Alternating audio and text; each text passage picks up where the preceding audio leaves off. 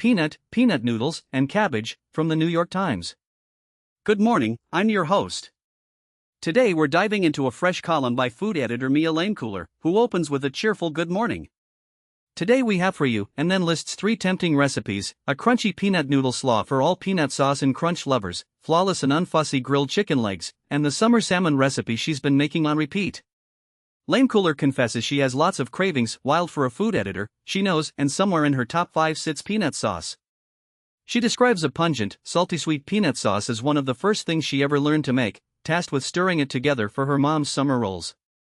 Her cravings hit hardest in summer, when she needs it as a dressing or a dip for cold noodles, crisp cucumbers, and grilled skewers.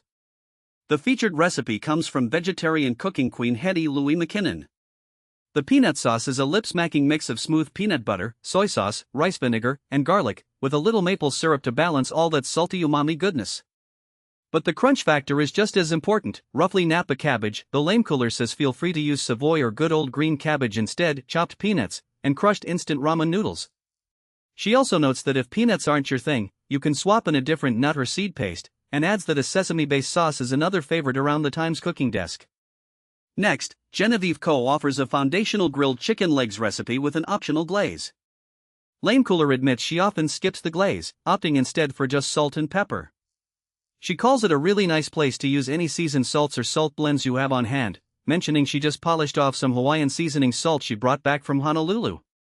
The recipe yields 8 to 10 servings, and she suggests using leftovers in rice bowls, salads, sandwiches, and soups. Then there's Yawanda Kamalef's coconut dill salmon with green beans and corn. Lamecooler tells us, this recipe, I tell you.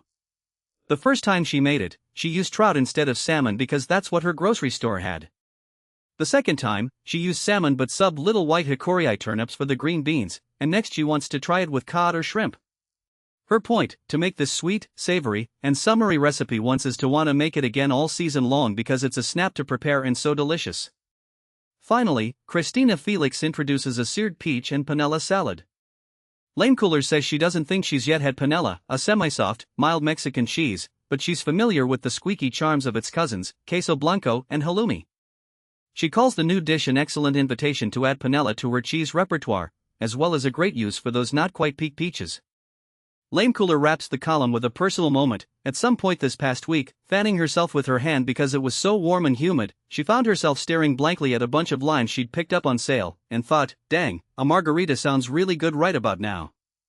That's the column, a mix of craving-driven recipes, honest kitchen shortcuts, and a little daydream about a cold drink. Thanks for listening. I'll catch you next time.